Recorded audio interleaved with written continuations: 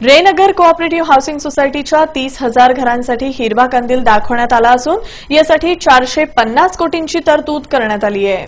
सोलापुरातील विडी कामगार, यंत्रमाग कामगार, आर्थिक दुर्बल घटकातील लोकांसाठी 30,000 घरांची घरकुल योजना माजी आमदार नरसय्य आडम यांनी राज्य सरकारकडे सादर केलेली होती।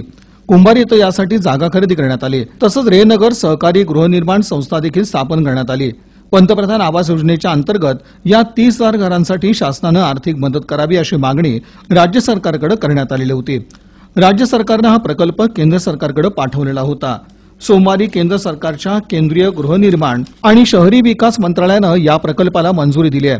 या घरकुल योजनेसाठी 1,811 कोटी रुपये खर्च येणार असून त्यासाठी केंद्र सरकारने 450 कोटी रुपयांची तरतूद केली असून राज्य सरकार 300 कोटी रुपयांचा वाटा उचलणार आहे। यापूर्वी आडम मास्तरांनी कुंभारी येथे आशिया खंडातील सर्वात मोठी 10,000 घरांची घरकुल योजना यशस्वीपणे साकारली आहे।